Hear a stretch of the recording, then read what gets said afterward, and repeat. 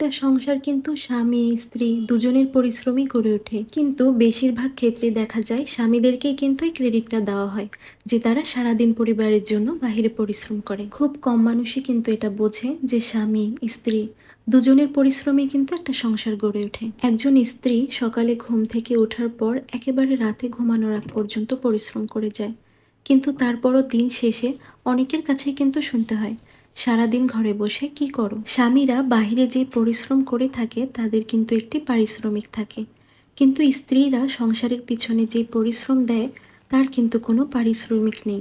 এই কারণেই কি স্ত্রীদের কাজটাকে এত সহজভাবে নেওয়া হয়? আসসালামু আলাইকুম। আমার নতুন আরও একটি ব্লগ দেখার জন্য সবাইকে আমন্ত্রণ জানাচ্ছি। কেমন আছেন সবাই? আশা করছি আল্লাহ তাআলার অশেষ রহমতে সবাই ভালো আছেন। আলহামদুলিল্লাহ, আমরাও বেশ ভালো আছি। কি ভাবছেন শুরুতেই আজ এমন কথাগুলো কেন বলছি? আসলে আমাদের সমাজে গৃহিণীদের সংসারের পেছনে পরিশ্রমটাকে খুবই ছোট করে দেখা হয়। অনেকেই ভাবেন সংসার সামলানো, বাচ্চা সামলানো এগুলো কি এমন কঠিন কাজ? সারাদিন তো ঘরে শুয়ে বসেই কাটাও। এই যে যেমন আজ আমার কথাই বলি, আজ সারাদিনের সমস্ত কাজ শেষ করে বিকেলে যখন একটু বিশ্রামের কথা ভাবছিলাম, তখন আবার চলে এসেছি রান্নাবান্না করতে। গতকাল আপনাদের ভাইয়া বাজার থেকে এই আমলকিগুলো নিয়ে এসেছিল। তার নাকি কয়েকদিন ধরেই আমলকির আচার খেতে খুব ইচ্ছে করছিল। তো গতকাল থেকে আমার শরীরটা একটু খারাপ, তাই আমলকিগুলো ফ্রিজে রেখে দিয়েছিলাম। কিন্তু আজ দেখলাম আমলকিগুলো একটু লাল হয়ে যাচ্ছে, তাই আজ এগুলো আচার বানিয়ে নিচ্ছি। আমাদের গৃহিণীদের কিন্তু কাজের কোনোই শেষ নেই। একটা সংসারে কিন্তু হিসেব করে কখনোই কাজ করা যায় না। আর আমার তো যখনই একটু বিশ্রামের সময় হয় তখনই নানান কাজের কথা মনে পড়ে যায়। তখন আবার উঠে কাজ করা শুরু করে দেই। আর সংসারটা যেহেতু আমার, তো কাজগুলো তো আমাকেই করতে হবে, তাই না? আমি আমলকিগুলো প্রথমে একটু সিদ্ধ করে নিচ্ছি, আর পানিতে সামান্য একটু ফুড কালার দিয়েছি। আমি ভেবেছিলাম এখন কালার দিলে আমলকিগুলোতে একটু কালার চলে আসবে, আর আচারটাও দেখতেও ভালো লাগবে। আর এই দেখুন, কি ভেবেছিলাম আর কি হয়েছে।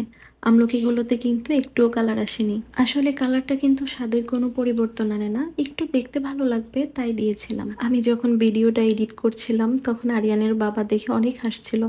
উনি বলছিল, এমন বোকা কাজ কেউ করে, পানিতে কেউ কালার দেয়? আমাদের বাড়ির চারপাশটা একেবারে গ্রামীণ পরিবেশ, দেখতে আমার খুবই ভালো লাগে।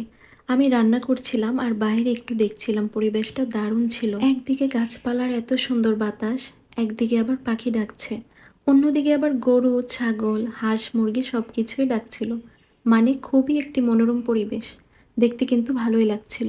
আমি দেখা যায় প্রায় সময় রান্না করতে করতে প্রকৃতির মাঝে কখন যেন হারিয়ে যাই, আর অন্যদিকে আমার রান্নার 12টা বেজে যায়। তো আমি আচারটা বানানোর জন্য যেই উপকরণগুলো নিয়েছি প্রথমে কিন্তু দেখিয়েছি, তারপরও আমি একটু বলে দিচ্ছি। আমি আচারটাতে দুইভাবে মশলা ব্যবহার করব।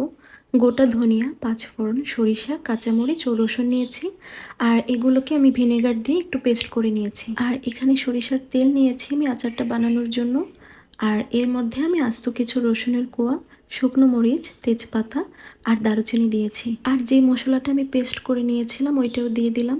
আর এখন মিডিয়াম আঁচে খুব সময় নিয়ে মশলাগুলো কষিয়ে নেব। আমি একটু তাড়াতাড়ি করার চেষ্টা করছিলাম কারণ প্রায় সন্ধ্যা হয়ে আসছিল, তাই একটু অন্ধকার হয়ে যাচ্ছে। অন্ধকার হয়ে গেলে আমাকে লাইট অন করে ভিডিও করা লাগতো, যা আমার কাছে মোটেও ভালো লাগে না। আমার কাছে ন্যাচারাল যে কালারটা থাকে ভিডিওতে ওইটাই খুব ভালো লাগে। এখানে আমি আরও কিছু মশলা অ্যাড করে নিচ্ছি। দিয়ে দিচ্ছি হলুদের গুঁড়া, মরিচের গুঁড়া, লবণ দিয়েছি, আর সামান্য একটু আদার গুঁড়াও দিয়ে দিচ্ছি। আর এই আদার গুঁড়াটা কিন্তু আমি বাড়িতেই বানিয়ে নিয়েছি। এই তো আমি মশলাগুলোকে ভালোভাবে কষিয়ে নিয়েছি, আর এতে এখন আমলকিগুলো দিয়ে দিলাম। আমি কিন্তু আচারটা আজ গুড় দিয়ে বানাবো। আরিয়ানের বাবা চিনির থেকে গুড়ের আচারটাই বেশি পছন্দ করে। আমি আচারটাকে আজ আখের গুড় দিয়ে বানাচ্ছি। আর গুড়গুলোকে এই তো আমি ছোট ছোট করে কেটে নিয়েছি। এখন আমি আচারটাকে সময় নিয়ে ধীরে ধীরে রান্না করে নিব। আচার বানানো কিন্তু অনেক ধৈর্যের কাজ। এটাকে যতই ধীরে ধীরে জাল করে নেবেন এটা খেতে ততই মজা হবে, আর অনেক দিন ভালোও থাকবে। আমি এখানে আবারও একটু ফুড কালার দিয়ে নিয়েছি, যেহেতু প্রথমবার কালার হয়নি। এটা দিলে কিন্তু দেখতে খুবই লোভনীয় হয় আচারটা, তাই আবারও একটু দিয়ে নিলাম। আজ আমার আচারটা বানাতে বেশ কষ্টই লাগছিল, যেহেতু শরীরটা একটু ভালো না। তাই বানাতে বানাতে ভাবছিলাম আমার মতো অনেক গৃহিণী আপুরাই আছেন যারা সারাদিন সংসারের পেছনে কাজ করে যায়, তারপরও কারো কাছে নাম পায় না। তবে আলহামদুলিল্লাহ আমি এদিক দিয়ে অনেক ভাগ্যবতী। আরিয়ানের বাবা কখনোই আমার কষ্টগুলোকে ছোট করে দেখেন না।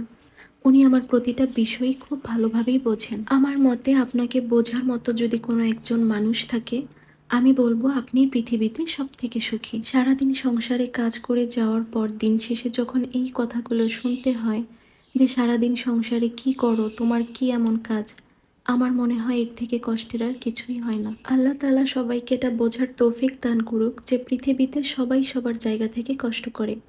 কারো কষ্টকে ছোট করে দেখা উচিত না। এই তো কথা বলতে বলতে আমার আচারটাও কিন্তু এখানে হয়ে গেছে। আজ তাহলে এখানেই বিদায় নিচ্ছি। আল্লাহ হাফেজ।